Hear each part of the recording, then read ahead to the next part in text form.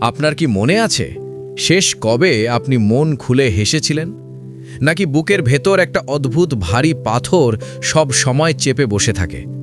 বিশেষ করে দিনের শেষে, যখন সূর্য ডুবে যায়, গোধূলি লগ্নে চারপাশটা যখন আলো আর অন্ধকারের মায়াজালে আটকা পড়ে, ঠিক তখনই কি আপনার মনে হয় সব শেষ, বেঁচে থাকার কোনো মানে নেই?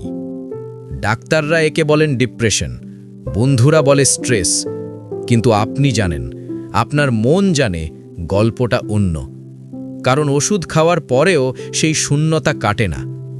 মাঝরাতে হঠাৎ ঘুম ভেঙে যায়, মনে হয় বিছানার পাশে কেউ দাঁড়িয়ে আছে। আয়নার সামনে দাঁড়ালে নিজের প্রতিবিম্বটাকেই অচেনা মনে হয়। শুনুন, এটা কোনো সাধারণ মনের অসুখ নয়, এটা আপনার হরমোনের খেলা নয়, এটা মহাজাগতিক এক চক্রান্ত। আজ আমি আপনাদের সেই গোপন সত্যটা বলবো, যা জানলে আপনার পায়ের তলার মাটি সরে যেতে পারে। আমরা এখানে গ্রোথ স্টোরি ল্যাবসে বিশ্বাস করি সঠিক গল্পই সম্পদ তৈরি করে, আর আপনার মন হলো সেই সম্পদ তৈরির কারখানা। যদি কারখানার মেশিনই খারাপ হয়ে যায়, তবে উৎপাদন হবে কি করে, ভাগ্য ফিরবে কি করে? তাই আজ আমরা সেই মেশিনের মেরামতির গল্প বলবো, যে গল্পের ট্যাগলাইন হলো হোয়ার স্টোরিজ ক্রিয়েট ফরচুনস। কিন্তু দুর্ভাগ্যের গল্প দিয়ে সৌভাগ্য তৈরি করা যায় না। তাই আগে দুর্ভাগ্যটাকে চিনতে হবে। আমাদের শরীরের 70% জল, আর এই পৃথিবী 3 ভাগ জল। বিজ্ঞানের সাধারণ সূত্র বলে চাঁদের আকর্ষণে সমুদ্রে জোয়ার ভাটা হয়। লক্ষ লক্ষ গ্যালন জল যদি চাঁদের ইশারায় নড়াচড়া করতে পারে, তবে আপনার শরীরের ভেতরে থাকা রক্ত আর জলের কণাও কি চাঁদের ইশারায় নাচে না? অবশ্যই নাচে। প্রাচীন ভারতের ঋষি মুনিরা ল্যাবরেটরিতে বসে গবেষণা করেননি, তারা ধ্যানে বসে মহাবিশ্বের এই গোপন সূত্রটা ধরে ফেলেছিলেন। তারা বলেছিলেন চন্দ্র মাস ও মনস জাত, অর্থাৎ চাঁদ হল মনের কারক। আপনার মন কেমন থাকবে, আপনি রাজ আসনে বসবেন নাকি ভিখারির মতো রাস্তায় ঘুরবেন, তা ঠিক করে দেয় আপনার জন্মছকে চাঁদের অবস্থান।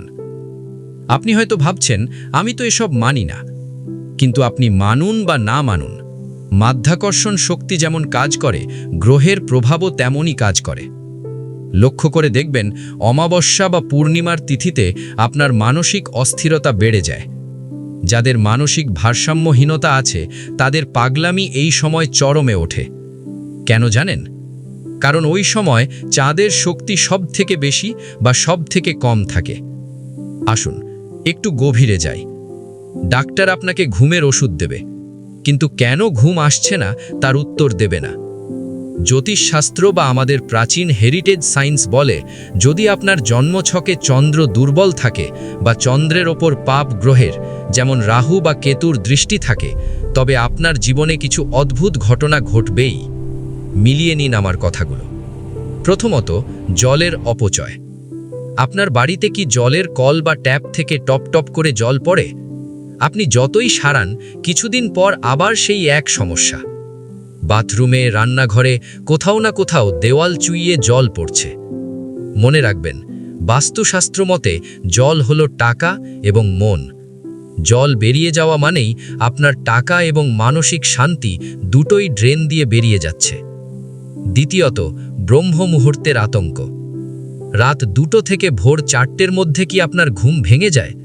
মনে হয় দম বন্ধ হয়ে আসছে? কোনো খারাপ স্বপ্ন দেখে ধরফর করে উঠে বসেন?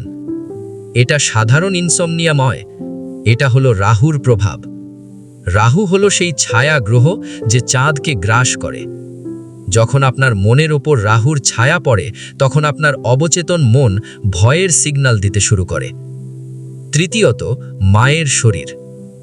চন্দ্র হলো মাতৃকারক। যদি আপনার মন খারাপের সাথে সাথে আপনার মায়ের শরীরও খারাপ হতে থাকে, বা মায়ের সাথে অকারণে ঝগড়া শুরু হয়, তবে নিশ্চিত জানবেন আপনার চন্দ্র আক্রান্ত। আর মা এবং মন দুটোই যদি অসুস্থ থাকে, তবে পৃথিবীর কোনো শক্তি আপনাকে ধনী করতে পারবে না। আমরা গ্রোথ স্টোরি ল্যাবসে হাজার হাজার কেস স্টাডি বিশ্লেষণ করেছি। আমরা দেখেছি যারা জীবনে প্রচুর টাকা কামিয়েও ধরে রাখতে পারেননি, তাদের 99% ক্ষেত্রেই চন্দ্রদোষ বা কেমদ্রুম দোষ ছিল। তারা হয়তো বিশাল সাম্রাজ্য গড়েছেন, কিন্তু মনের অসুখে সব শেষ করে দিয়েছেন। ভুল সিদ্ধান্ত নিয়েছেন, আবেগের বশে ভুল জায়গায় সই করেছেন, অথবা ডিপ্রেশনের কারণে বড় সুযোগ হাতছাড়া করেছেন। আপনার মনে হতে পারে, তাহলে কি আমার কোনো আশা নেই? আমার ভাগ্য কি লিখেই পাঠানো হয়েছে? না, এখানেই তো আসল রহস্য।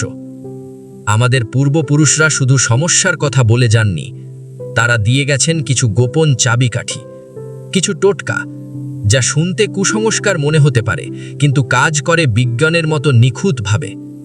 তারা জানতেন কিভাবে প্রকৃতির ফ্রিকোয়েন্সির সাথে নিজের শরীরের ফ্রিকোয়েন্সি মিলিয়ে দিতে হয়। ভাবুন তো, একটা সামান্য রূপোর টুকরো বা এক গ্লাস জল কিভাবে আপনার ভাগ্য বদলে দিতে পারে। শুনতে অবিশ্বাস্য লাগছে, কিন্তু এটাই সত্যি।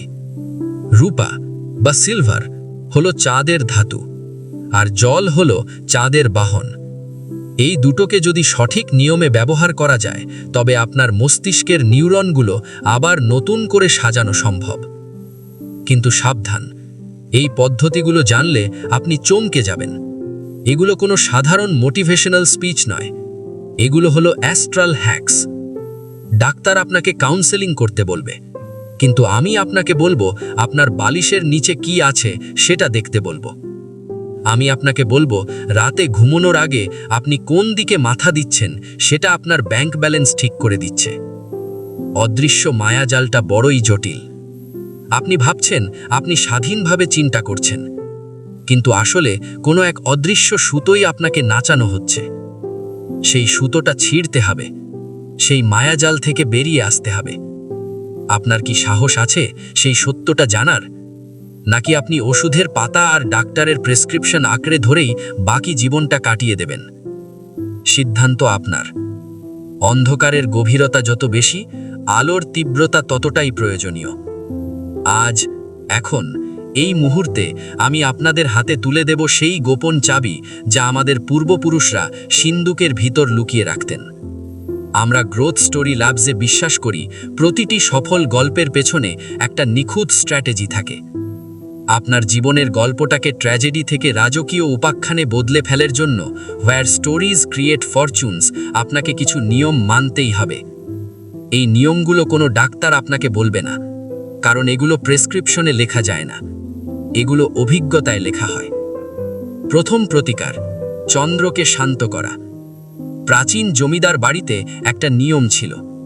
লক্ষ্য করেছেন কি তারা কেন সব সময় রূপোর গ্লাসে জল খেতেন? শুধুই কি বিলাসিতা? না, এর পেছনে ছিল গভীর বিজ্ঞান। রূপা বা সিলভার হলো চাঁদের ধাতু, আর জল হলো চাঁদের বাহন। এই দুটোকে যদি সঠিক নিয়মে ব্যবহার করা যায়, তবে আপনার মস্তিষ্কের নিউরনগুলো আবার নতুন করে সাজানো সম্ভব। যা করতে হবে, খুব মন দিয়ে শুনুন। আজ থেকেই কাঁচ বা প্লাস্টিকের বোতল বাদ দিন।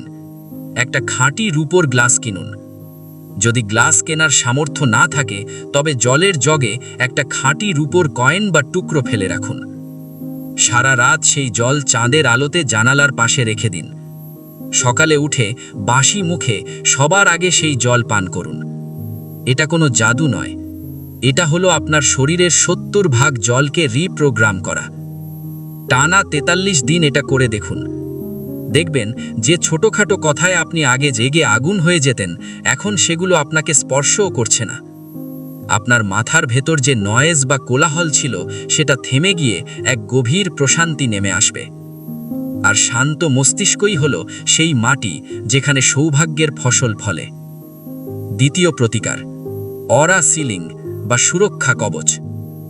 মনের অসুখের আরেকটা বড় কারণ হলো বাইরের নেগেটিভ এনার্জি বা নজর। আপনি হয়তো খুব পজিটিভ মুড নিয়ে দিন শুরু করলেন, কিন্তু অফিস থেকে ফেরার পর মনে হলো শরীরটা চঞ্চনিয়ে উঠছে, মেজাজ খিটখিটে হয়ে গেছে। এর মানে আপনি অন্যের নেগেটিভ ভাইব্রেশন শুষে নিয়েছেন। এর জন্য দরকার কর্পূর ও লবঙ্গ। প্রতিদিন সন্ধেবেলায়, ঠিক যখন সূর্য ডুবে যাচ্ছে, একটা মাটির পাত্রে 2টো লবঙ্গ আর 1 টুকরো ভীমসেনী কর্পূর জ্বালান। সেই ধোঁয়াটা পুরো ঘরে ছড়িয়ে দিন, বিশেষ করে ঘরের কোণগুলোতে এবং প্রধান দরজার বাইরে। কর্পূরের গন্ধ বাতাসে ভাসমান নেগেটিভ আয়নগুলোকে ধ্বংস করে। এটা যখন করবেন মনে মনে ভাববেন আপনার চারপাশে একটা অদৃশ্য দেওয়াল তৈরি হচ্ছে। আগুনের শিখা যেমন অন্ধকার দূর করে, এই ধোঁয়াও আপনার মনের জমে থাকা অন্ধকারকেও বের করে দেবে। এটা পরীক্ষিত সত্য। তৃতীয় প্রতিকার, লবণের শক্তি। সপ্তাহে অন্তত একদিন স্নানের জলে এক মুঠো রক সল্ট বা সামুদ্রিক লবণ মিশিয়ে স্নান করুন। লবণ হলো পৃথিবীর শ্রেষ্ঠ ক্লিনজার। এটি আপনার শরীরের অরা থেকে সমস্ত দূষিত শক্তি শুষে নেয়। স্নান করার পর মনে হবে কাঁধের থেকে যেন মস্ত বড় একটা বোঝা নেমে গেল। শরীর হালকা লাগবে, মন ফুরফুরে লাগবে। প্রিয় দর্শক, মনে রাখবেন, গ্রহ নক্ষত্র আমাদের প্রভাবিত করে ঠিকই, কিন্তু আমাদের কর্ম বা ফ্রি উইল সেই প্রভাবকে বদলে দেওয়ার ক্ষমতা রাখে। আপনি যদি হাত গুটিয়ে বসে থাকেন আর ভাবেন আমার ভাগ্য খারাপ, তবে ভাগ্য খারাপই থাকবে। কিন্তু যদি আপনি উঠে দাঁড়ান, যদি আপনি প্রকৃতির এই নিয়মগুলোকে মেনে চলেন, তবে কোনো গ্রহদোষ আপনাকে আটকে রাখতে পারবে না। গ্রোথ স্টোরি ল্যাবস শুধু গল্প শোনায় না, পথ দেখায়। আমরা চাই আপনি সুস্থ থাকুন, কারণ একটা সুস্থ মনই পারে বিশাল সাম্রাজ্য গড়তে। আপনি যদি মানসিক যন্ত্রণায় ছটফট করেন, তবে আপনি ফোকাস করবেন কি করে? আর ফোকাস ছাড়া ফরচুন বা সম্পদ তৈরি হয় না। আজই শুরু করুন। ওই রূপোর গ্লাস, ওই কর্পূরের গন্ধ, এগুলো ছোট ছোট জিনিস মনে হতে পারে, কিন্তু এই ছোট পরিবর্তনগুলোই একদিন আপনার জীবনে বিশাল বিপ্লব নিয়ে আসবে। আয়নার সামনে দাঁড়িয়ে নিজের চোখে চোখ রেখে বলুন, আমি প্রস্তুত, আমি সুস্থ, আমি আমার ভাগ্যের নির্মাতা। আপনার গল্পটা নতুন করে লিখুন। আমরা আছি আপনার সাথে, কারণ মনে রাখবেন, ওয়্যার স্টোরিজ ক্রিয়েট ফরচুনস।